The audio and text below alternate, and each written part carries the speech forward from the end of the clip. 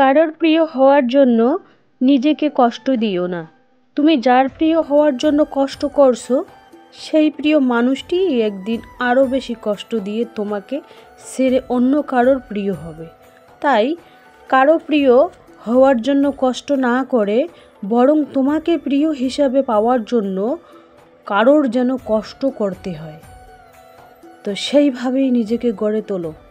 কষ্ট করে কিংবা প্রমাণ দিয়ে কারোর সত্যিকারের ভালোবাসা পাওয়া যায় না। তো নতুন দিনে নতুন আরেকটি ব্লগ ভিডিও নিয়ে হাজির আমি আপনাদের মাঝে সাভানা। ছোট্ট একটা গ্রাম কোচবিহার জেলা থেকে বলছি, দিনহাটা থেকে বলছি। অল্প টাকাও সংসারটাকে সুন্দরভাবে চালানো যায়। শীতের সকালে গ্রামের মাঠে কুড়িয়ে আনা শাক দলের মিটিংয়ে গেলাম, আর গ্রামের সাধারণ জীবনযাপন আর গ্রামীণ রান্না তোমাদের কাছে আমি শেয়ার করব। Welcome back to my channel. আসসালামু আলাইকুম। তোমরা সবাই কেমন আছো? আমি আশা করি তোমরা সকলে ভালো আছো। আলহামদুলিল্লাহ আমিও ভালো আছি এবং আমার পরিবার পরিজনদের নিয়ে আলহামদুলিল্লাহ ভালোই আছি। আর আমার প্রাণপ্রিয় কলিজা আপু ভাইয়ারা তোমরা সবাই কেমন আছো? আমি আশা করি তোমরা সকলেই ভালো আছো। তো আজকে না প্রচুর পরিমাণে কুয়াশা পড়েছে একেবারে সকাল থেকে। আর আজকের ব্লগটা আমি বরাবরের মতো শুরু করেছি। এখন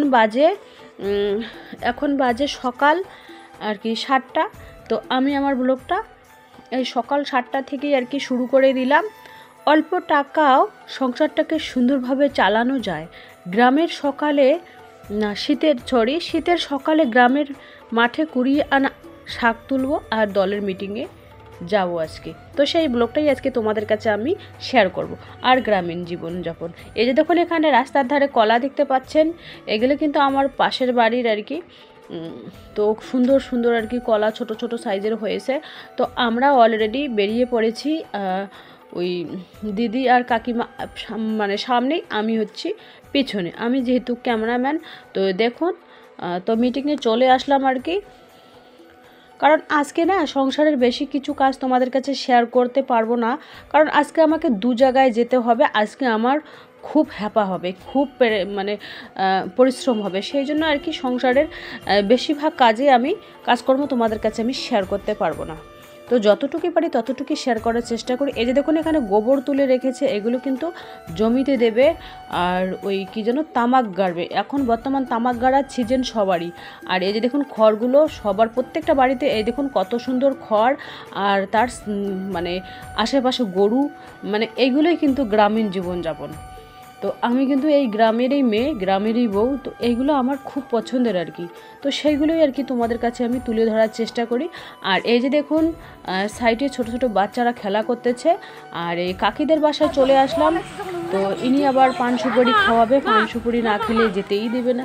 তো ভাবলাম যে পান সুপারি মুখে দিয়েই তারপরে যাব। তো ওই কাকিমা ওই দাদিমাকে বলছে একটু পান ছিঁড়ে দিতে, ওদের গাছের পান আছে, তো গাছের পানই আর কি ছিঁড়ে দেবে।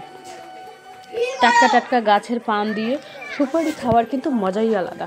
তো এই যে দেখুন আমি একটা শাড়ি পরেছি, শাড়িটা হচ্ছে কি যেন একটু ব্ল্যাক কালার আর একটু লাল খয়েরি হবে এরকম একটা শাড়ি পরেছি। এটা কিন্তু মেয়েরই শাড়ি। তো এই যে দেখুন কাকিমা অলরেডি পান ছিঁড়ে নিয়ে আসলো এবং ধুয়েও নিয়ে আসলো কলতলা থেকে। তো এখন আমরা ফ্রেশ পান সুপারি খেয়ে রওনা দেব বাসায়। তো ফার্স্টে আমরা গিয়েছিলাম কোথায়, সোসাইটি অফিসে। ওখান থেকে আবার হিসাব কিতাব করে তারপরে আবার স্কুলে চলে আসলাম। একটা ছোট এসএসকে স্কুল আছে, ওইখানে কিন্তু 2টা আরও ম্যাডাম ওখানে পড়ায়। তো ওইখানে কিন্তু সবাই দলের সদস্য ওইখানেই বেশি থাকে। তো আমরা 2-3জন এখানেই চলে আসলাম। আর এই যে দেখুন এনি হচ্ছে কাকিমা, আর পাশেটা তো জানোই আমার দিদি হয়, ও আমাকে দিদি বলে ডাকে, আমিও দিদি বলে ডাকি, এরকম আর কি। তো এই যে দেখুন পান সুপুরি খেতে খেতে গল্প গুজব করতে করতে আর কি বাড়ি চলে আসছি। তো বাড়ি আসার পথে দিদিকে বললাম যে পাশের বাসার আমার এক কাকু আছে, তো ওনার বাসায় না খুব টাটকা টাটকা শাক পাওয়া যায়। তো ওখান থেকে কিছু শাক কুড়িয়ে আনা যাক, যাই হোক টাটকা টাটকা শাক খাওয়া হবে। কিন্তু শাক যদি আজকে নেই, এখন তো বিকাল পড়েছে, বিকাল বর্তমান বাজে 2:45। তো 2:45 বাজে আমি কিন্তু সকালবেলায় খিচুড়ি রান্না করেছিলাম, আর ওই রাতের একটু আলু ভাজা ছিল, তাই দিয়ে আর কি সকালবেলায় অল্প একটু খেয়েই বেরিয়েছি।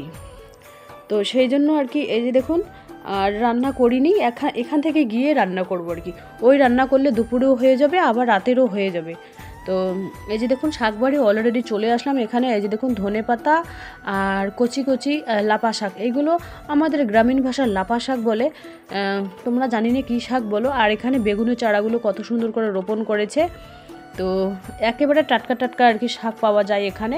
তো আমার মন যদি শাক খাইতে চায় তো আমি এখান থেকে কিনে নিয়ে যাই আর কি।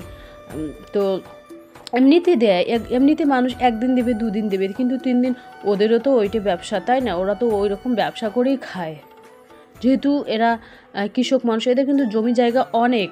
তো শাক সবজি আবাদ করে নিজেদের খাবারের জন্য, আর কিছু বিক্রি করে নিজেরও পকেট খরচ চলে, সেই জন্যই আর কি গ্রামের মানুষ কিন্তু এভাবেই বুদ্ধি খাটিয়ে আর কি চলে। তো আমি আবার কি করি জানো, অল্প টাকাও সংসারটাকে সুন্দরভাবে চালানো যায়, মানে কিভাবে চালানো যায় সেই টিপসগুলো বা ইউনিক কিছু কিছু টিপস তোমাদের কাছে আমি কিন্তু প্রত্যেক দিনই শেয়ার করে থাকি। তো আমিও এখানে শাক কুড়াচ্ছি, তুলে নিচ্ছি আর কি। তো আজকে যাই হোক, এই শাকটা আমি আজকে রান্না করব না, কারণ আজকে যদি রান্না করি তো একবেলাই খেতে পারবো, রাত্রিবেলা শাক মানে খাওয়া যাবে না আর কি।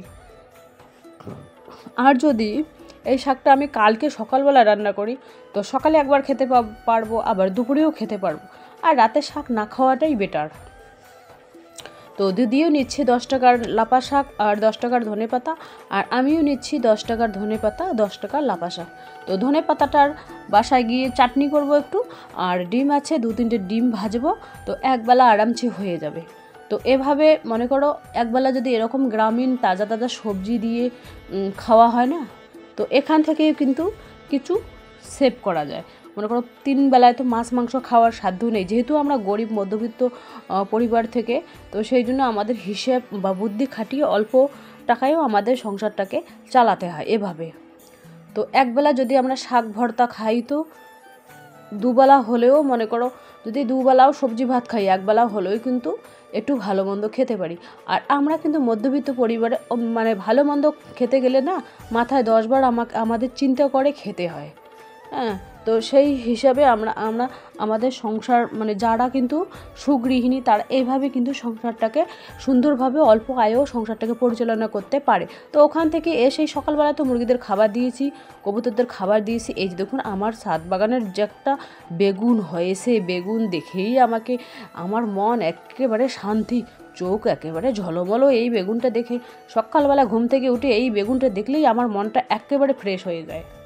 তো এই যে দেখুন এখানে মানে কবুতরগুলোকে তোমাদের এক ঝলক দেখিয়ে দিলাম, আর একটা লাউয়ের চারা উপরে উঠেছে, আর বাদবাকিগুলো ছিল ওইগুলো একেবারে মানে মুরগি আমার একেবারে শাক পাতা খেয়ে একেবারে রফা দফা করে দিছে। আর এখানে দেখতে পাচ্ছেন ধনে পাতা একটু খালি মাথা চাড়া দিচ্ছে। আর মুরগিদের আমি কিন্তু বাইরে এখন ছাড়ি না, ওদের ছাড়লেই মানে দরজাটাও খুব খারাপ। এবার ছেলেরা বা বিদেশ থেকে বাসায় আসলে আমি এবার মুরগিদের রুমটাই ঠিক করব, কারণ বর্ষার দিন আস্তে আস্তেই মুরগিদের রুমটা যদি আমি ঠিক করি না, তাহলে আমার অত কষ্ট হবে না আর কি কাজ করতে। 2 টাকা খরচ করতে হবে, কিন্তু এতটা কষ্ট করতে হবে না, তাই না?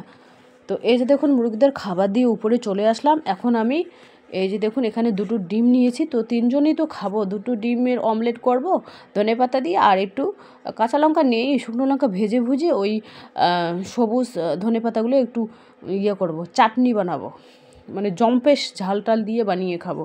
যেহেতু ঠান্ডা, তো একটু ঝাল ঝাল হলে না মনটা একেবারে চাঙ্গা হয়ে যায়, তো সেই জন্য আর কি। আর এই আমি যে কড়াইটাতে ডিমটা ভাজতেছি, এটা হচ্ছে খিচুড়ির কড়াই।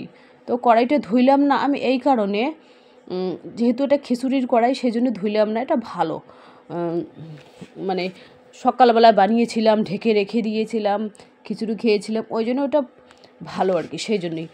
আর যদি রাতের থাকে বাসি বাসন কোসন থাকে বাসি, তো সেগুলো আমি পরিষ্কার করে নিই। এটা তো বাসি নেই, সকালবেলায় একবারে আমি অফ ক্যামেরায় বাসন টাসন ধুয়ে নিয়েছি। আমি কিন্তু অফ ক্যামেরা অনেক কিছু কাজ করেছি, মানে অত কিছু তো দেখানো সম্ভব না। তো একবেলা যদি তোমরা এইভাবে অল্প টাকায় ওইভাবে সংসারটাকে চালাতে পারো।